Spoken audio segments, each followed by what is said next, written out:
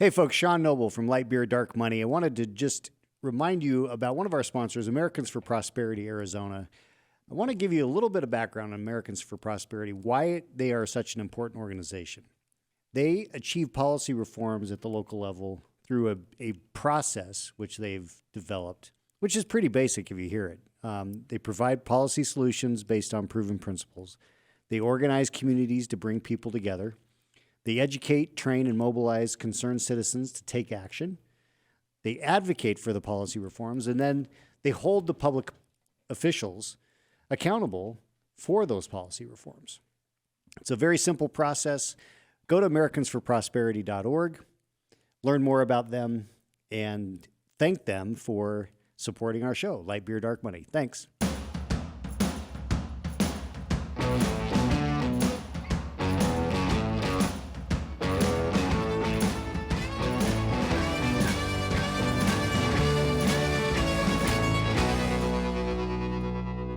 Welcome back to another episode of Light Beer Dark Money. I'm Sean Noble. And I am a very joyful Chris Clements. Joyful Chris Clements. Joyful. You feel the joy? Feel the joy. So it is. We got the joy in the morning. Yeah, it is Thursday, November 7th. Donald Trump is the president of the United States. 47. And it was a long night, but not really. It was. It actually, yeah, it was not as long as I think a lot of people expected. Oh, we thought we would still be chatting about it today. Election in history. Ever. Right? It was going to be a nail biter. The polling was not totally accurate. No. But it was accurate from the standpoint that we've been talking about on the show, and that is the Trump undervote when it comes to polling is incredibly real. Yeah. It's just Trump voters are not talking to pollsters. Yeah. So if you did not watch our episode or listen to our episode from Monday, yeah, when we did our last bit of prognostication, and we've said this before, I had said that I thought it was either going to be a narrow Harris victory or a Trump blowout. And then you pressed me on it on Monday, and I was like, if you put a gun to my head, it's a Trump blowout. Yeah. Well, guess what? It was a Trump blowout. It was a Trump blowout. And kudos to our friend Kevin Yoder, former congressman, who predicted this when we were doing a bunch of shows out in D.C. back in June. Yeah, if you go back and watch the episode with Ben Quayle and Kevin Yoder from June, Kevin Yoder says, and this is still when Biden, this was pre-debate. Yeah, absolutely. This is when Biden was the nominee. He said that Trump was going to get the popular vote. Yeah. And we were like, whoa. He said it's even inconceivable at this time we are seeing in the numbers and talking about the possibility of Trump getting the popular vote. And that's precisely what happened. That's what happened. And what I'd like to say, I'll just say it. I don't know why I said it. I'd like to say well, you haven't slept much in the last 2 days. I have not slept. Yeah, neither one of us a few hours in the last 3 days. So this race ended up being pretty close to what it was when Biden dropped out, in the sense of, Kamala had the sugar high, and then it kind of went back to normal. She had the joyful elevation. And, so just so we know, that's Thursday. Officially, Nevada and Arizona have not been called, but officially they will go to Trump. So he will be at 312 electoral. Yeah, RCP, Real Clear Politics, has them nicely read. He is he's up in the popular vote by over 5 million votes.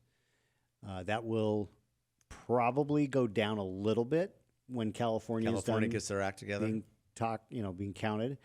But I mean, this is the first time since 2004 that a Republican has won the popular vote. Yeah. It's incredible. It's absolutely incredible. Huge. And kudos to him for putting together a coalition that was measured and disciplined. And he especially in the last leg of the campaign, he ran a great campaign. Once they fully pivoted to the reality that they were dealing with Harris and Walz and what they represented, it took them a little bit. They keep saying that they were prepared, but it's still. I think after the attempted assassination, it took a while for Trump to get his footing back. Yeah, rightfully so. I mean, you can't fault him for that. And then once he did, the last month, you saw more joy on his side than you did on the other. No question. So this has been a question that's been asked: how did this happen? And I'll tell you. Well, certainly Joy Reid is asking that on MSNBC, and your old buddy Joe Scarborough. Those guys, he's a piece of work. They just don't they still don't understand reality. I mean, they're still in a la land. But fundamentally, the first and foremost, the reason that this happened is because the liberal elites have completely shit on the average American voter. Well, and that's why I brought up Joe Scarborough. He, in his show the other day, had Reverend Al on, and they were shitting, for lack of a better word, on Hispanics, on black men, on all the people they need to pivot towards in terms of what their needs, dreams, to use the Harris word salad, but they're doing it all over again. Unless they're willing to really look at how Trump won, and Trump won with Hispanics, with black men, with working class people all across the fruited plain. Yeah, I mean, it's unbelievable how he. It is a mandate. I mean, he goes into the White House with an actual mandate. Yeah. He did not have that in 2016. No, in 2016, the Democrats, tried to, They thought he was a joke. Yeah, they thought he was a joke. You have people in his own party who thought he was a joke, and tried to derail his agenda. Yeah. That is not happening this time, ladies and gentlemen. There will be no derailing of what he wants to achieve. I mean, one of the things that's interesting, one of the things that I've picked up since the election, the last couple of days, I've been calling around to friends on the opposite side, talking to how are Democrat they doing? Operatives. Has anybody seen Simon Rosenberg? Yeah, Simon. Poor Simon. Poor Simon. I love Simon, but gosh, he was so wrong. He was incredibly wrong. One of the things that they pointed out was in the focus groups that they were doing towards the end, the one ad that popped, they said.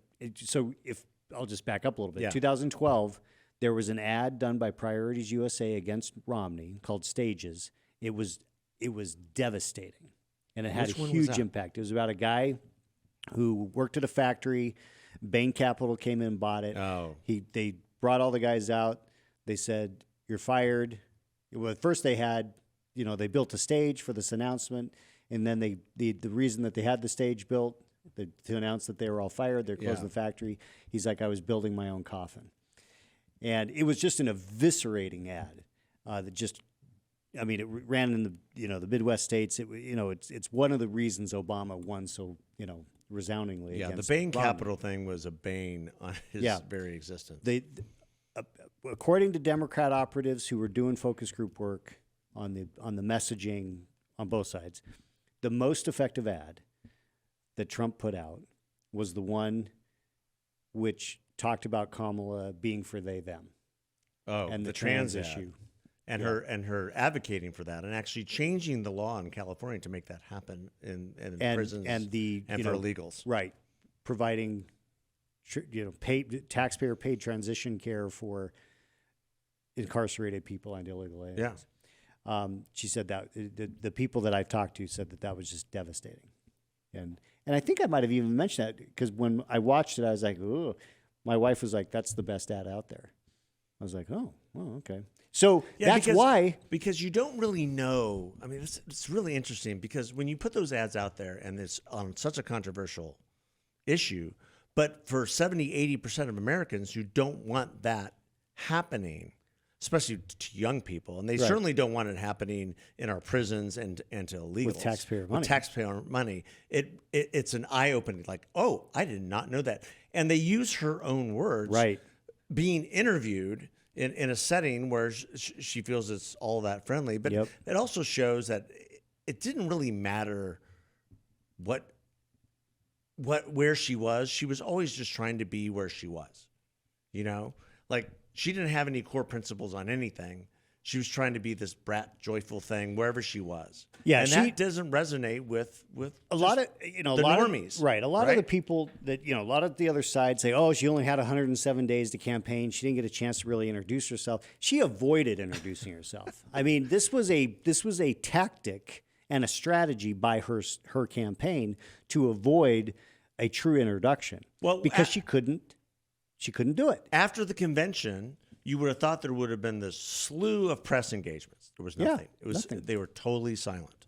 Yeah. Until they went on CNN. So and that hurt her. Yeah. Completely. So the reasons, the big in my mind, the big overarching reason is that the liberal elites have crapped all over average Americans and focused on things that just don't matter.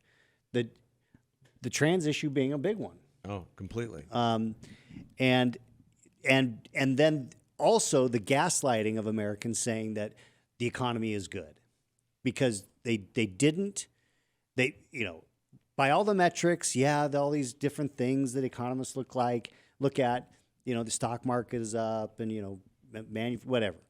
The point is that inflation was devastating to so many Americans. And when you have inflation, it's not enough to say, oh, well, inflation is done because the prices went up. They did not come down. And they continue to go up. Right. They may not be going up as fast. They might be not going up but 8-9%, but they're still going just up. as expensive to and when it comes to buy a dozen eggs. Yeah. Groceries and gas. Yeah. Groceries and gas. The 2 Gs. And ultimately, people, especially people who are not involved in politics, they just vote how they feel. Yeah. What's best for me? Yeah, they vote their self-interest. Right.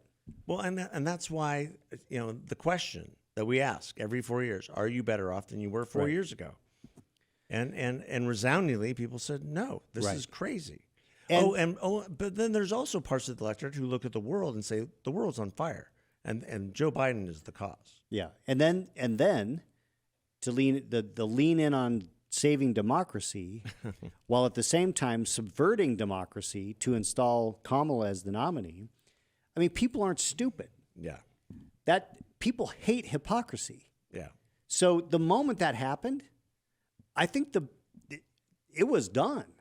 Now I think the big inflection points in this election. Well, and also the idea, if I can interject just for a second, the idea that she could run as something new. Yeah. That she could run as somebody who was the last person in the room, but really didn't have anything to do with anything. Well, I mean, and I'm the alternative to Donald Trump. Well, Donald Trump hasn't been in office for 4 years. Yeah. You have. Right. They did, and the messaging early on was confusing because I saw yard signs in people's yards that said, finish the job. And then she kept saying, turn the page. Which is it? Are you going to finish the job or are you going to turn the page? I mean, they didn't have a consistent message. And turn the page on what? Turn the page on what you've already destroyed? Right.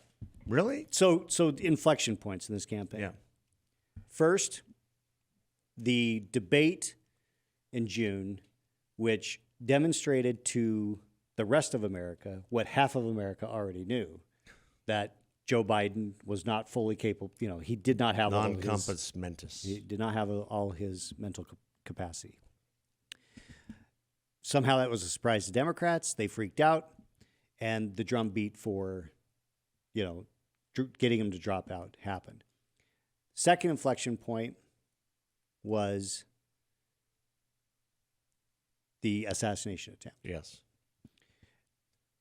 I know that that's been memory holed by the Democrats as much as possible and this mainstream media, but the average person remembers that. Yeah, and they remember where they were. A shocking development. That is something that hadn't happened in the United States since 1981. Yeah. So in the first time in many voters' lifetime. Yeah. And to another transformational figure. Yeah, I mean and regardless of how you feel about Trump, that was a shocking thing. Well, and the other piece of that, I was driving around town on election day. They had these new signs up, and it's kind of offensive that saying vote for the one with character. vote character in this election. Well, you know what is a huge contributor to character? Courage. Sure. And Trump getting shot, realizing he's still alive when with a millisecond, if he had turned his head a millisecond earlier, later, he'd be dead. Getting up and reacting the way he did, you can't help but even a guy lefty like Mark Zuckerberg was like, I've never seen anything like it. Yeah. That was an image, and that image of him raising his fist, blood pouring down his face with the really incompetent Secret Service around him, not doing much of anything, was just resonates in people's mind. You can't even make it up. Right. And so no matter, and that's when the Democrats kind of realize that we need to pivot off of Joe because what we're doing isn't working. Unfortunately, they pivoted to the person who just weeks before had less of an approval rating than Joe Biden. Right. And I'm still of the opinion that no matter who they pivoted to, because of that assassination attempt, there was already enough baked in the cake, so to speak, that he was likely to win. I didn't really recognize it at the time. I mean, I think we thought at the moment, oh, this is over. And then they do the switch out and things get weird and then Joy and Brad. But because we were totally paying attention, the average American voter wasn't paying attention No, to they the don't pay assassination attention until they all knew about the assassination. That was a searing moment for people. And then they just kind of went back to their lives. And so when they walked into the voting booth or they had their ballot at home in this election, that was one of the things that they remembered. Well, that was one of the things they remembered. The assassination attempt, his reaction was one of courage. People want that in their president. They want people who will stand up and fight. Yeah. And in the wake of a world on fire, incredible inflation, an economy that is on the precipice going one way or the other, they'd lost faith in this administration, had lost faith months ago. And so they just needed a reason to vote for Donald Trump again. Yeah. And they found that, I think, in not only in that moment for many Americans, but also in what you rightfully call out as the hypocrisy of Kamala Harris. Of defending democracy. So I think that part of why Trump won in such a decisive way was that there were plenty of people voting for him, but there were a lot of people voting against the current situation. Yes. And it was literally anybody but what's going on. And so that's when people say, how can people vote for a guy who's been convicted of sexual assault, who's been convicted of this and that, who is vile and hateful and a misogynist and a bigot and a racist. A Nazi and he's Hitler. All these things. How can you possibly? It's because what we have is failing. Yeah. And people see that in their everyday lives. And that's the stuff that matters. Not the sideshow. Yes. I mean, he is the greatest political entertainer we've ever had. But it's a sideshow compared to what's actually happening in their lives. And so they're not voting. So a bunch of those people were not voting for Trump. They were voting to get rid of the stagnation that they feel in their lives now. But also, I mean, going back to what you just talked about, the lawfare against him, people saw through that too. A lot of people did. Yeah. I mean, people were paying more attention to that than anything, and it completely backfired as a strategy on the Democrats. Well, I think that, do I think the average American paid that much? No. But what it did is that there were liberal thought leaders in the business community, academia, others, that were very uncomfortable with the way this was happening. Oh, of course. So between that, now keep in mind the timing of this stuff. The lawfare was all happening, and then you had the reaction to the Hamas attack on Israel. Mm-hmm. And then what happened on college campuses, and it was just a cascading effect of these people have lost their freaking minds. Yeah. They've lost their freaking minds. They're going after this guy on an absolute political prosecution, and they are letting these Hamas lovers take over our institutions. Yeah. What the hell is going on? Who are the real Nazis? Well, the people loving Hamas. Yeah. Let's call a spade a spade. Whatever. Yeah. The point is that the Democrats could not get. I mean, they couldn't control the most radical elements of their party, and it dragged them down. Well, and they kowtowed to them. Yeah, that's You true. know, it wasn't. and even the They policies. may not have even tried to control. So take personalities out of it as well. I mean, my kids were asking me about this the other day. It's like even the policies economically that she wanted to pursue, she never backed off of them. Whether it has to do with the price gouging that's supposedly happening. No, she said she was for fracking. She was for it before she was getting, and she's for no taxes on tips and getting rid of taxes on Social Security. She tried to co-opt all of Trump's policies, and in the meantime, her policies were nothing short of socialist in their nature, and that people, even the most hardcore Democrats, especially in the business community, were saying you need to disown this, because it's going to be your undoing, and it was. Well, it was. I mean, she didn't have a cohesive policy platform with Trump. No, with all the antics, you knew where he was on policy. Secure absolutely. the border, fix the economy, go after bring manufacturing back home with tariffs, and get the hell out of these endless wars. Yeah. I mean. Oh, and something near and dear to your heart, make America healthy again with RFKJ. Yeah. Well, we'll see what happens there. I mean, that also played into this race. And, it's something I wanted to actually talk about just briefly, and that is I don't think people understand the dramatic impact of having a scion of American politics like an RFK Jr. pivoting, joining Donald Trump. Yeah, that was another inflection point. In the waning days of the campaign, the waning months of a campaign, and actually proposing policies that will transform, huge swaths of the government. And it resonated. It resonated with middle-of-the-road Democrats and certainly with conservative Republicans. Yeah.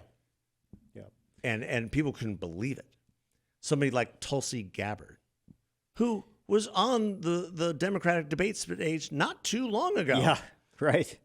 I mean, going after Kamala Harris and yeah. and her, being red-pilled, I think, by Tucker Carlson in some strange way, and her coming over and full-throating, becoming a Republican. Yeah. Those resonated with a lot of people. Yeah. Look. Liz Cheney, no. Yeah. The bad move. The transformation of the Democratic Party into this weird, radical, woke, identity politics, Marxist leaning, whatever. I mean, you can put all of it, those labels on it, because they're kind of everything. That turned the average person off. Yeah, and so they were willing to overlook all of the personal flaws of the guy who was saying, "I'm not going to be that." Yeah, and you have to think that, even with his personal flaws, Harris didn't really she had no moral high ground in this race in terms of her own failings. And they tried to play that out a little bit, and it's like, listen, just be quiet. Yeah. Nobody wants to go there, so just don't even go there. Her husband has enough problems of his own. If you want to play that up, we can go there. Yeah, and thankfully it didn't get it. It didn't get there. But let's just briefly hit. I want to just talk about two areas. Well, one issue, and that is this popular vote and how much Trump actually moved the electorate. In 2020, he lost New York to Joe Biden by 24 points. This year, he lost by 12. So it was a 12-point shift in the state of New York. He lost Illinois this time by 9. And in the previous election, he lost it by 17. Yeah. Another 12. So there was a legitimate 12-point shift in these blue states. Yeah. That is stunning.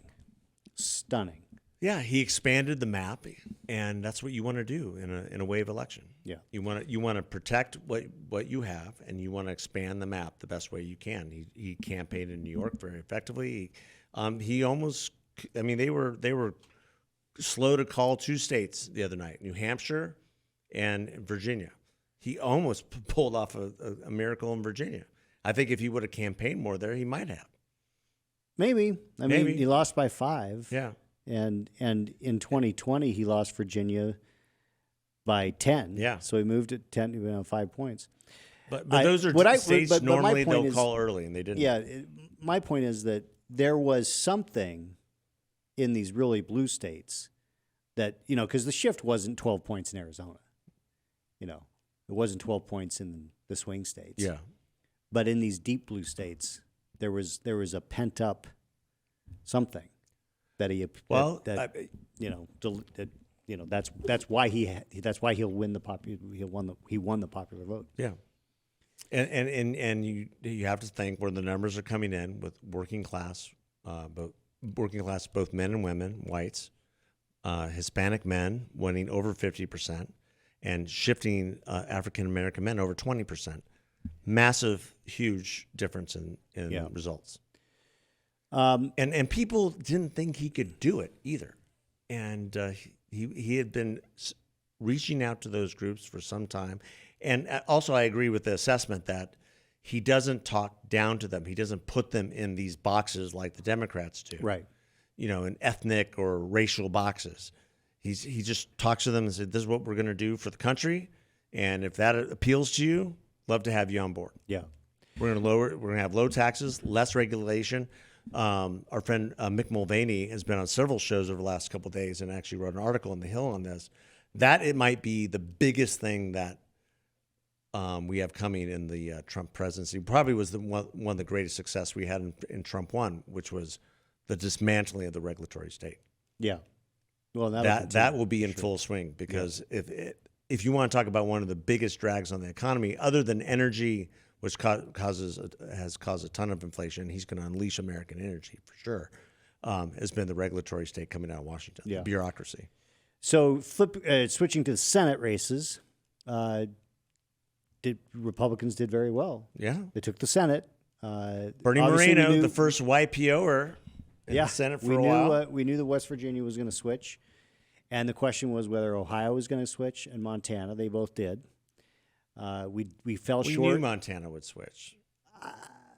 I did not know it. You didn't? But that was a pretty resounding victory. Yeah. I mean, Sheehy won by 8. Yeah. Which is pretty solid. That was where the polling pretty much had him for a while. Ironically. So you're saying the polling was more accurate in Montana? I mean, that's where it came out.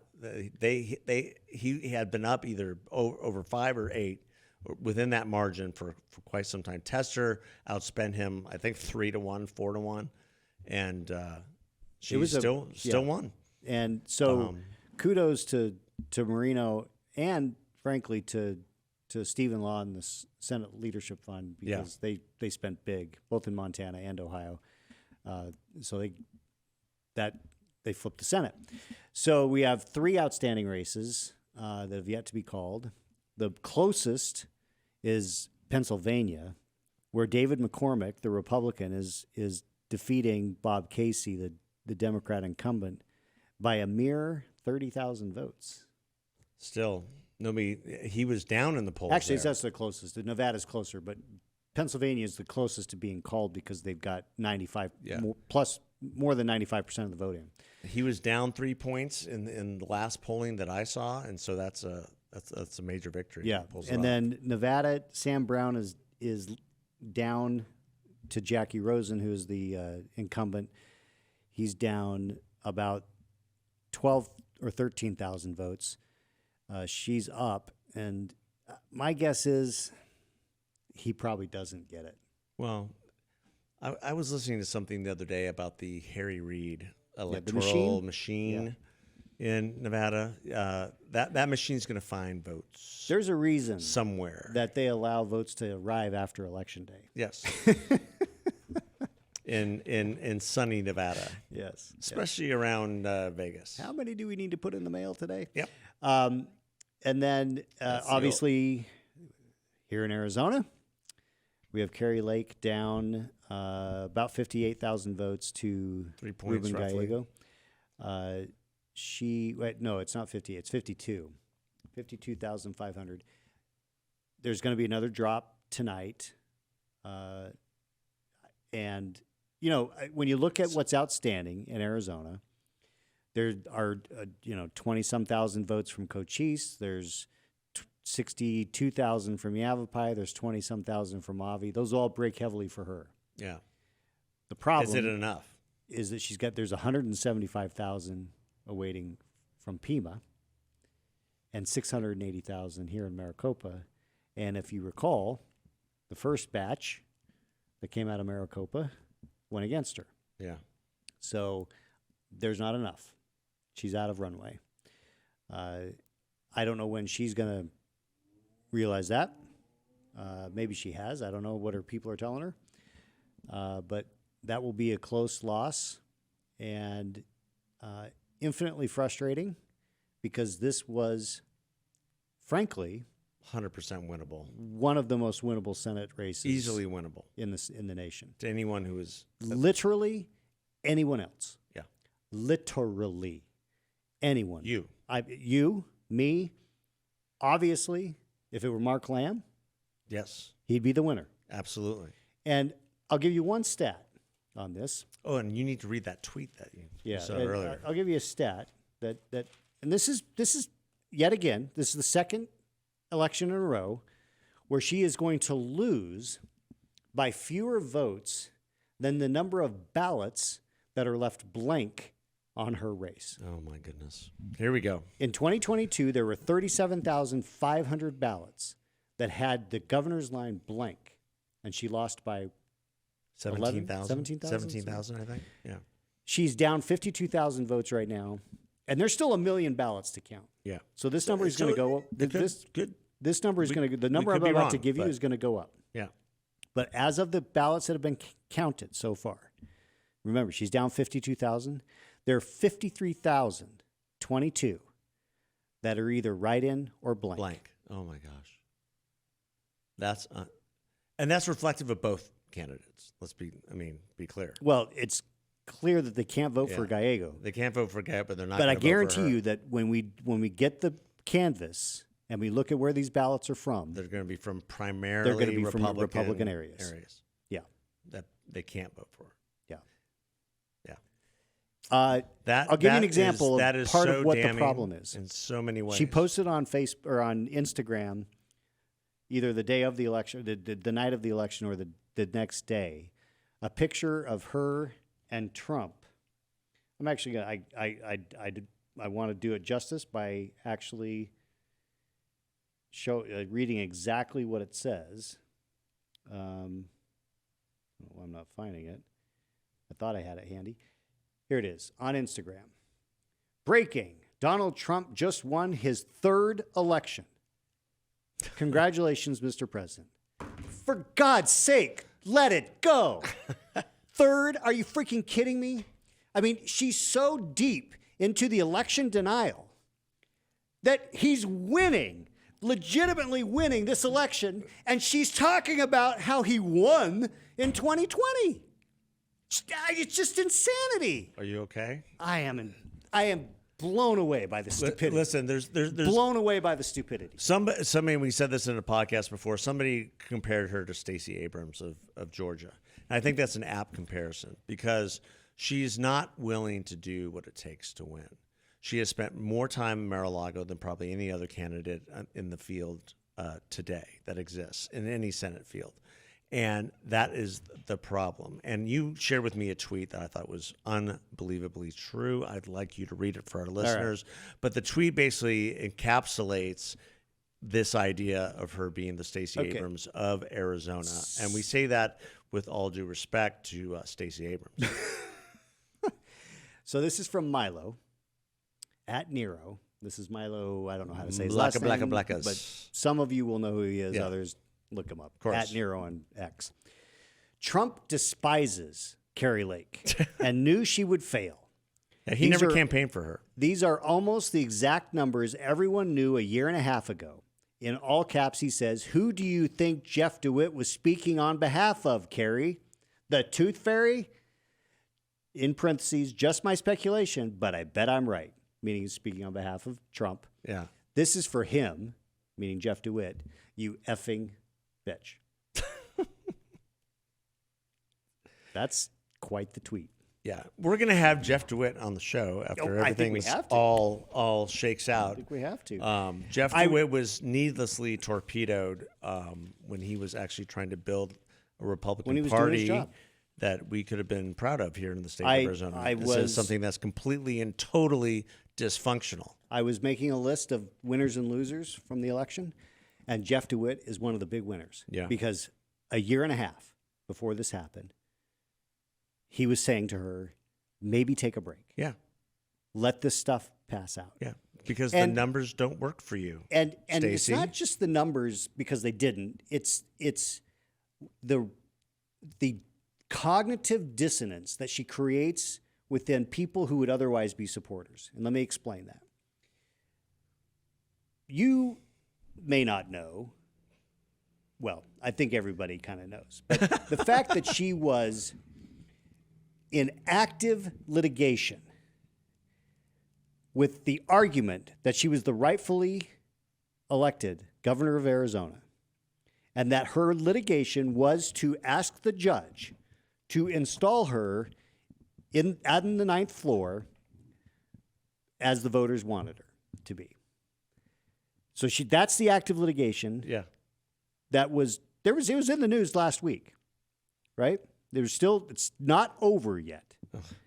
And at the same time, running for a different office. If you are so certain in your belief that you are the rightful elected governor of Arizona, why the hell are you running for the U.S. Senate at the same time as you're trying to get But she never really ran for the U.S. Senate. She ran for the Kari Lake. She did a media tour. Yeah, media blitz. It was a media blitz. It wasn't a campaign. I mean, the individual, I can't remember his name, but he made several assertions along with the Stacey Abrams comment, and that was she's spending more time raising money out of state than she is in state. She's not connecting with the voters inside the state. Nobody ever sees her. And in the last couple of days, she's been going around on some tour bus, like shaking hands, kissing babies. She had a tour bus with Trump. But the problem is that she was taking that tour bus to places where people were already voting for her. Yeah, she didn't do anything to reach the middle, and she needed to just put the election denial stuff behind her. Yeah, she just couldn't. Well, and Trump, to his credit, over the last several months, you didn't hear about it. He even said that he lost by a whisker. By a whisker. By a whisker. That much. By a whisker.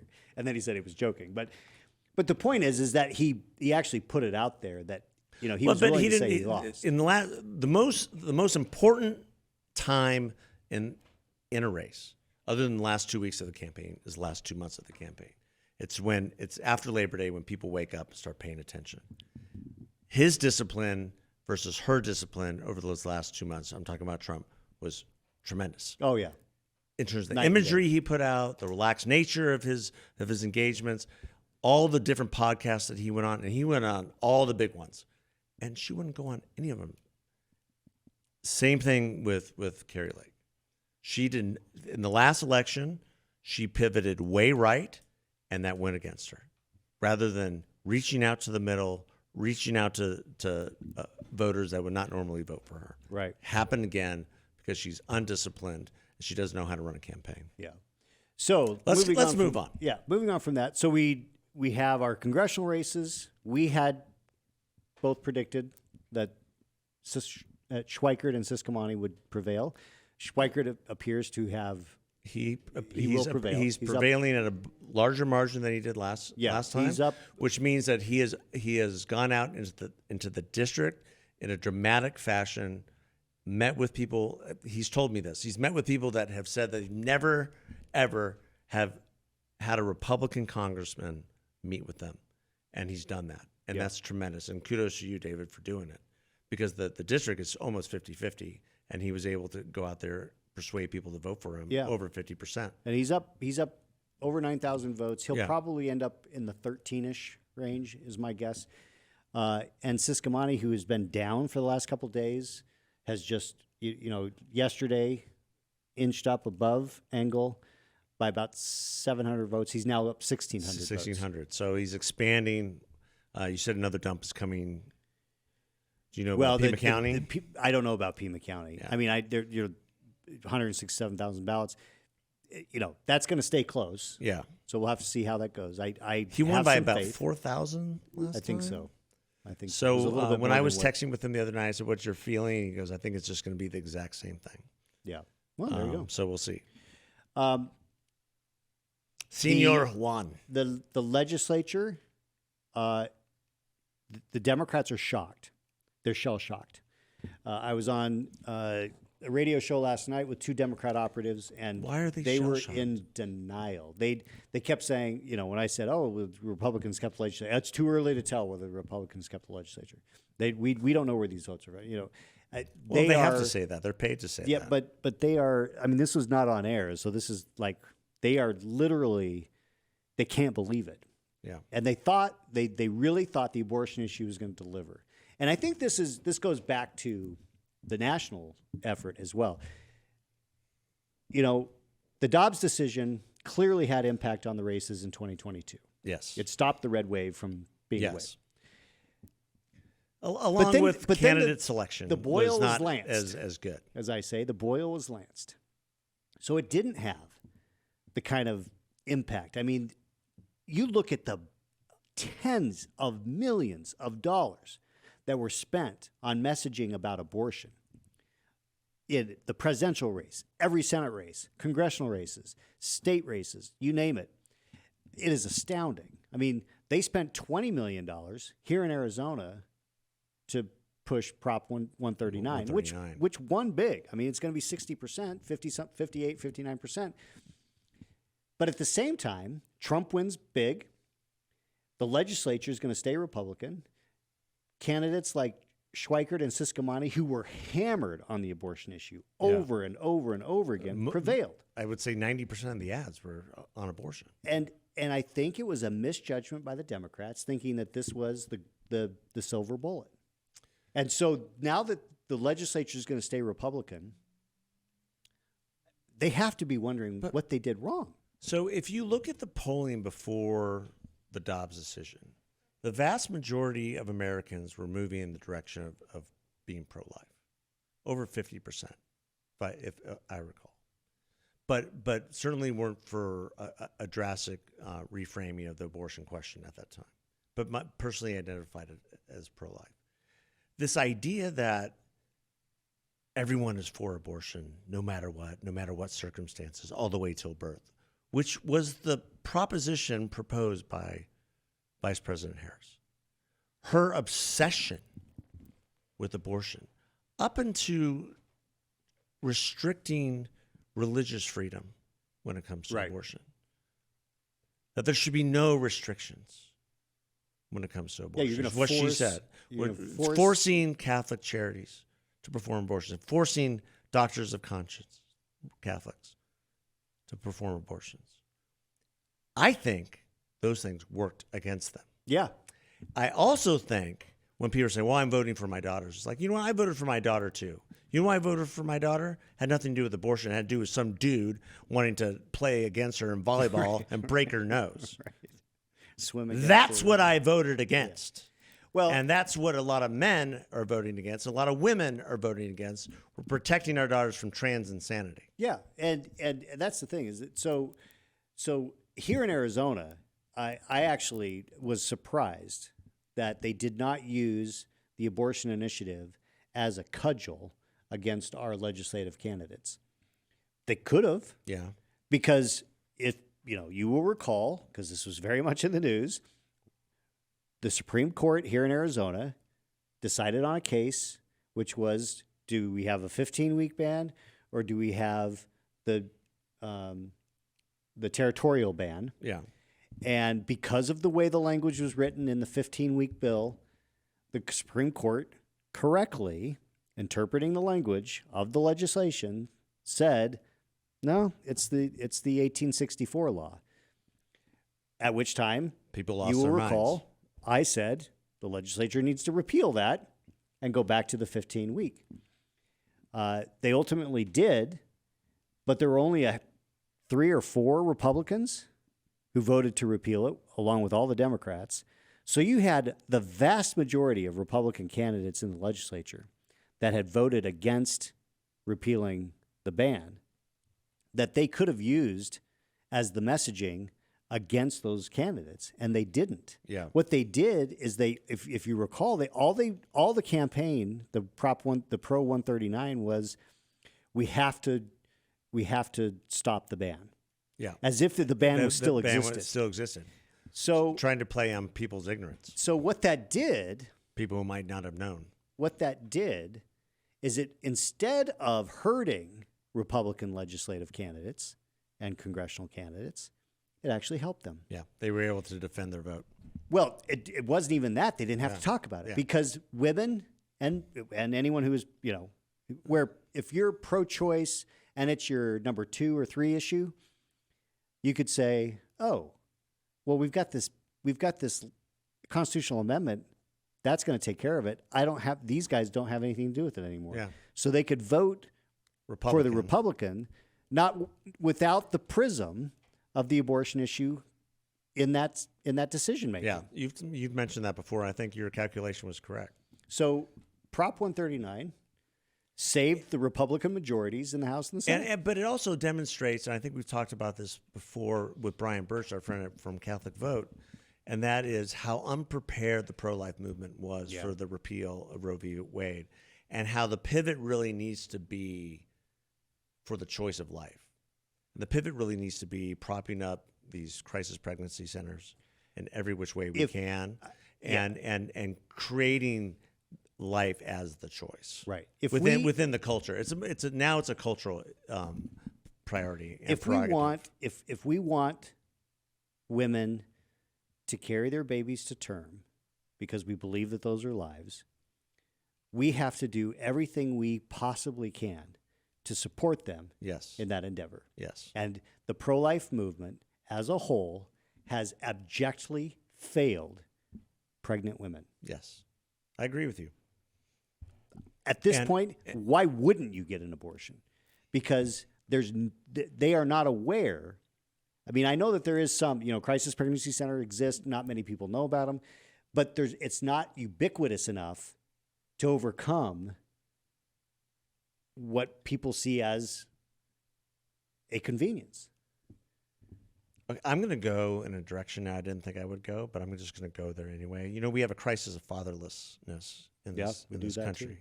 All the crime statistics bear this out, that kids who grow up in fatherless families are more likely to commit a whole slew of different offenses during the course of their lifetime. I saw a statistic the other day that it didn't really shock me, but it's something like 75 to 80% of abortion decisions are made because the man in the situation is pushing for that decision. Is that right? Yeah. Jeez. And I was like, or has abandoned the situation. That influence is profound, and I couldn't help going back to the societal ills we have in general as a crisis of manhood, crisis of masculinity, crisis of just standing up for what's right, and that's all. I'll leave it as that. But I think there's so much more to talk about on this issue, and I hope we have some people in to talk about it. But that struck me, and it's true. It's absolutely true, and it's disgusting. Yeah, men need to step up in so many different ways in our society, and they're not. Yeah, and that's the way I'll leave it.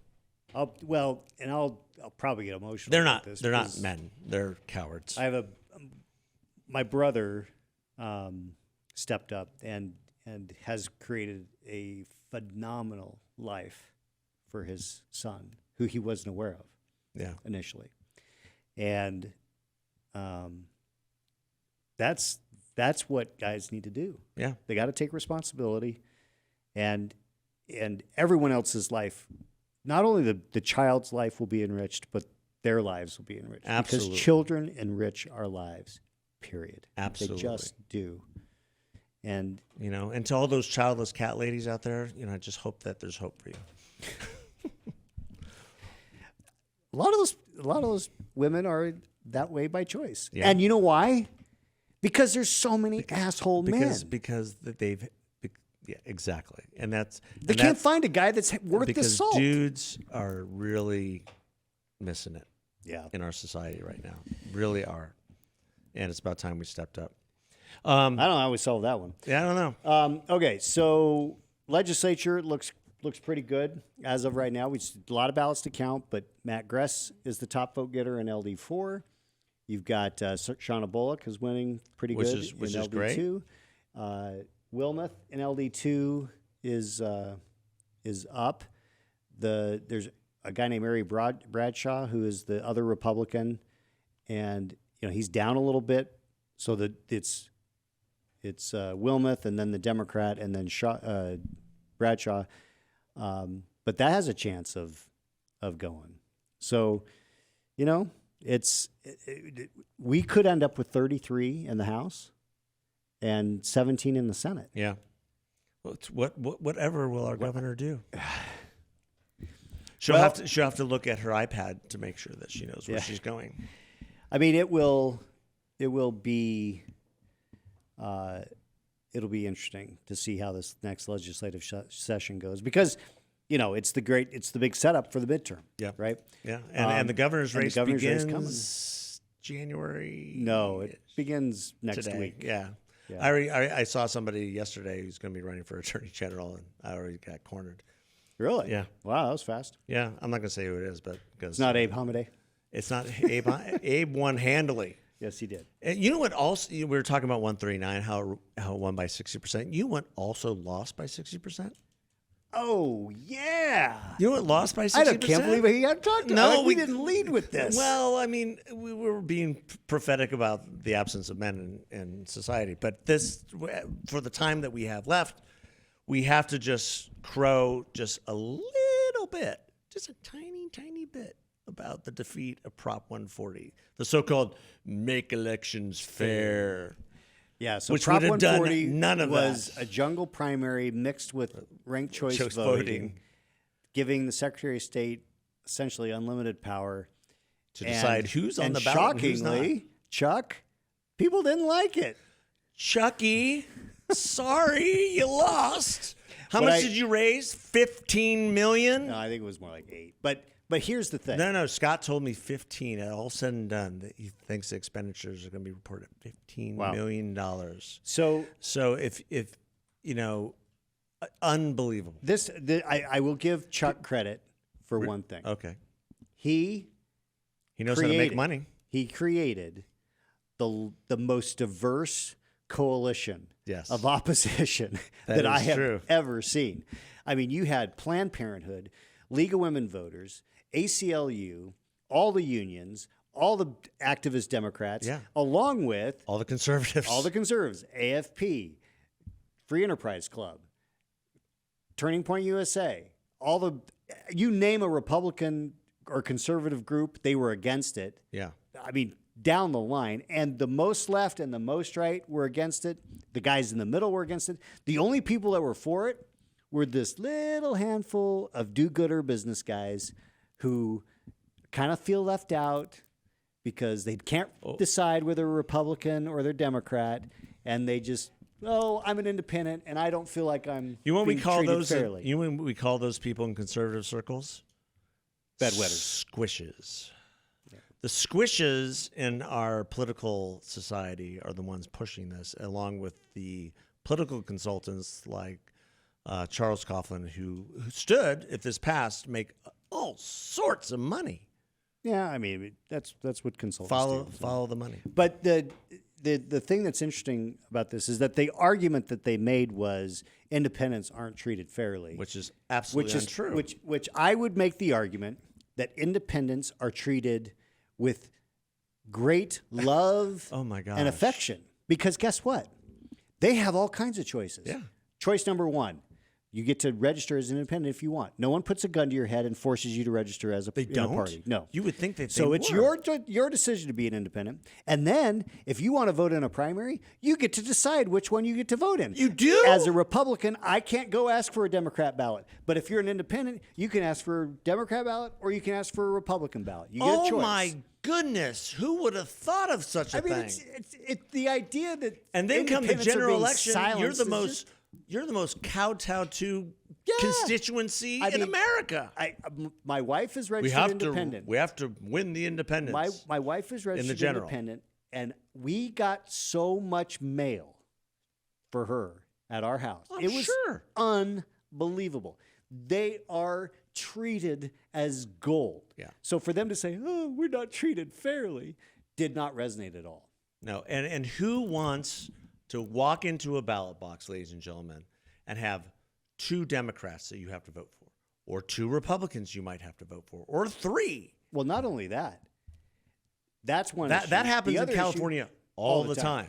The other issue is, you think that the counting in Arizona is slow now? Oh my gosh. Add ranked choice voting, and you just added 6 weeks. Oh, on easily. top Easily. of the 6 weeks. Easily. So it's and December. voter, and because of the complexity and the convoluted nature of what they're proposing, participation goes down because nobody wants to do it. Well, not only does too participation go confusing. down, if you mark wrong, your ballot is spoiled. yeah, So you're you're done. now disenfranchised. Exactly. Just We don't, you know what? We don't have to talk about No, it again. we don't. Because guess what? We won. Chris, we won. We won. And not only that, every state in which this was on the ballot, Yep. and there were about 10, every state voted it down. Yep. Wall Street Journal had a lead article on that. And even Alaska, which had voted for it before, has now repealed it. Got rid of it because they were so frustrated by how convoluted, confusing, and That completely tells you how stupid crappy it of a was. policy this is, and I think we probably have killed the movement for a good long time. I hope so. I hope so. I too. hope so. I think we're out of time. All that right. that was fun. It's good being joyful. Kamala's right. The joy comes in the morning. She needs to go back and just hit that all day rose now. Well, we'll be back for sure next week. We might be back for an earlier episode if there's election results which are worthy of talking about before next week. Probably Tuesday. Yeah. So I have. Otherwise- I'm dressed in my plaid. oh, that's right. because You're going hunting. I'm going taking my boy hunting. He's going out of town. going to Arkansas, which is Alrighty. called early on Tuesday. Yeah. Really early. All right. Well, thanks for listening, everybody. Yeah, thanks for your support. Thank you for listening during this crazy election season. We do really appreciate it. Please give us 5 stars and thank you Like so and much for your subscribe. like and subscribe. Yeah. God bless you all. Thank Take you very care. much.